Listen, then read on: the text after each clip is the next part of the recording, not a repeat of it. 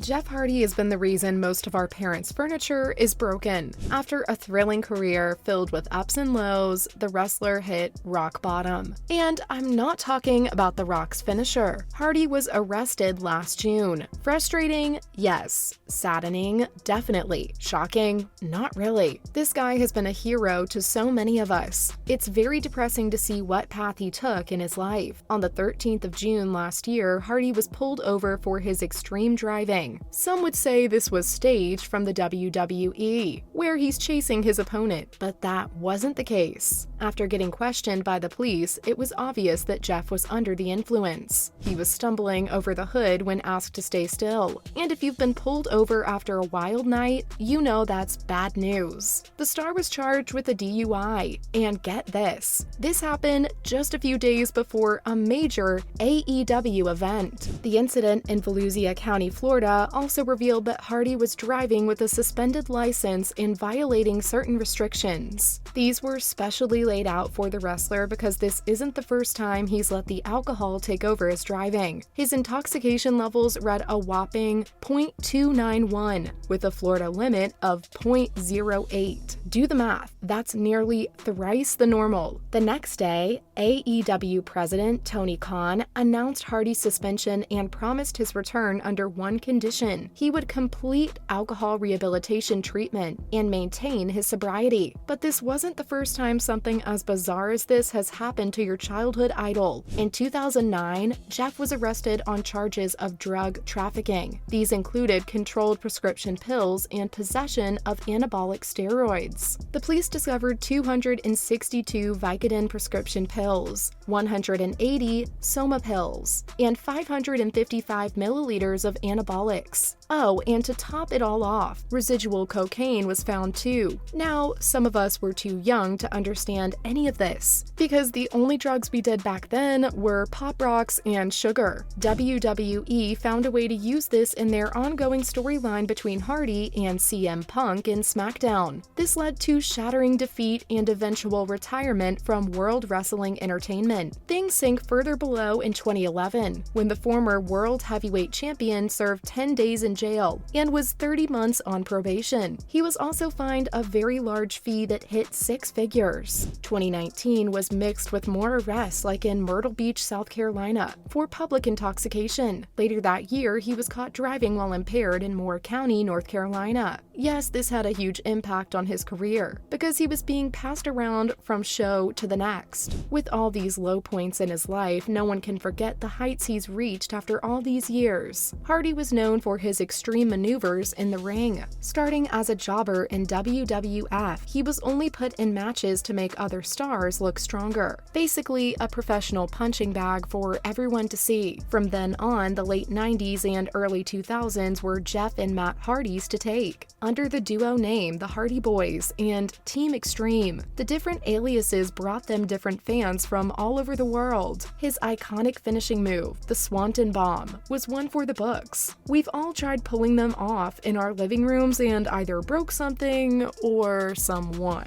You'd think doing this in the ring with tables everywhere from unimaginable heights would be a breeze. But the charismatic Enigma faced many injuries along the way. Broken ribs, concussions, and fractures were just the gist of what he had to go through. None of that stopped him from doing the imaginable, like Swanton bombing off a production truck onto Umaga in a Falls Count Anywhere match in 2008. How did he manage to do that? I'm scared to jump off my couch. Those arrests and probations didn't stop Jeff from winning one of the most prestigious titles in the WWE. Do you remember how wild the crowd went when he won that certain championship in 2008? Hardy beat Triple H and Edge to win the WWE Championship at Armageddon. I'm getting goosebumps just thinking about that night again, because it was probably the highlight of his career. Defeating someone like Triple H is a challenge on its own, but taking out Edge at the same time? Well, only one person's capable of doing that. Fans were so happy to see that belt of gold around their favorite superstar's waist the following night.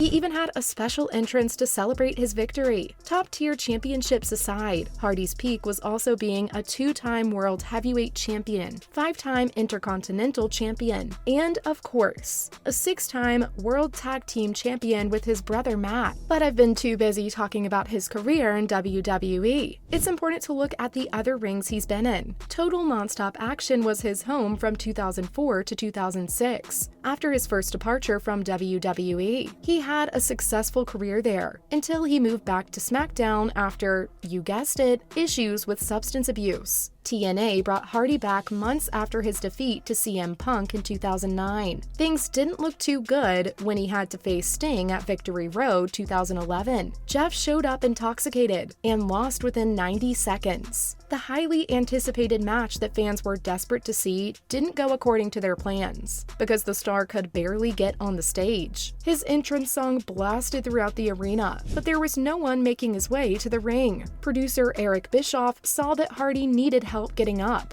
and it was obvious that he was under the influence. From the night's footage, you can see that Sting's opponent was gleaming and wasn't himself. The match was cut short and fans were outraged and disappointed at the same time. Imagine wasting all that money and not even seeing your favorite wrestler pull a single swanton bomb. Hardy was exiled from the Impact tapings and removed from storylines. This is where he entered rehab and things took a turn. Every year, the superstar managed to do better. 2013 onwards, the former champion had a stable career at TNA. After the fiasco that happened when he was supposed to face Sting, the higher-ups dusted the dirt sheets under the rug, and Jeff had a pretty decent thing going on. He even pulled off a successful heel storyline. A few alias changes here and there, and some appearances on different shows. It looked like rehab was working, but nothing compares to that grand entrance in WrestleMania 33. Hardy Boys making a surprise return was everyone's dream come true. Let's just say half the planet was cheering from their homes. That's not all, but the two ended up being crowned the new Raw Tag Team Champions too. The star thrived for a few years at his home, until he moved to All Elite Wrestling in 2022, bringing us to what I mentioned first in this video. Matt Hardy has been in and out of his brother's career throughout his life, but he does have word on Jeff's future court hearings. A new Jeff is on his way. That's what Matt said, as compared to his uncertainty in December. Recent word of his recovery has been noted, and fans can only be hopeful for now. The former TNA World Heavyweight Champion said that it's unfortunate what has happened to Jeff over the years. I'm not excusing drug abuse, but a celebrity can only put up with so much sudden fame early in his career. A lot of people hope Hardy's career doesn't spiral back down like a whisper in the wind, and want more twist of fates where he rises. That's the best I can do with wordplay, but that's how Jeff's been battling himself throughout these years. See you soon!